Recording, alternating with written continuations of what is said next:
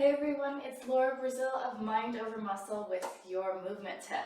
And today we are continuing on from last week's movement tip where we put on socks and shoes in a seated position. And now we're going to talk about doing that same task in a standing position. And the standing position obviously requires a lot more balance. So if this seems like too much right off the bat, putting on your socks and shoes while in a standing position, then I am going to do a modification that you can watch, but you can also go back to the chair version as well, and I'll put that link in the notes of this video. All right, so have your pair of shoes, have socks, slippers, whatever you want to do, and if you're up for it, let's just see what happens if you put your shoes on while standing. I'm not going to ask you to tie them if you have laces like me. Just put them on and take them off. What happens?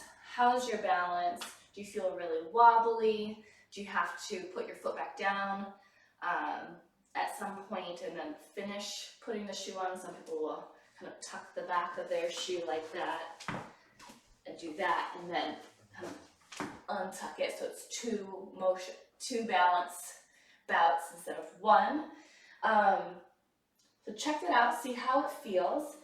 Like with our seated version of this, I want you to notice how much hip motion is happening. If I just do this without thinking, there's a lot of spine curving here, pelvis tucking under in order to make this happen. But what if I try to take that out and maybe take my hip back first? So I use a lot more hamstring here to hold me up, as opposed to just kind of bringing my body weight forward like this. I take some of it back with a hip hinge. If you've worked with me, you've heard of the hip hinges before. So try that. So what happens if we use a little bit less spinal motion, pelvic tucking, in my case, in order to do this? Now, a way to modify this is to use a wall. So I've got a wall over here. So I took my hips back. Again, I want you to use a little bit more hip. I can sit my hips on the wall and use that as much as I need to. I just put my shoe on the wrong foot. That's amazing. I can use the wall as a touch point for balance here. So this is the modification. If you're like, there's no way I can stand and put on a sock or a shoe without assistance. So here you can use hips on the wall to have as much assistance as you need to. So if you feel like you're falling, you can kind of fall back into the wall and build up your balance capabilities as you're doing this. So if you're not quite there yet, the wall is a great place to build up your ability to balance as you're putting on a sock or a shoe. And another thing is you can take this, if you just want to work on the balance, you can take the sock and shoe out of it completely.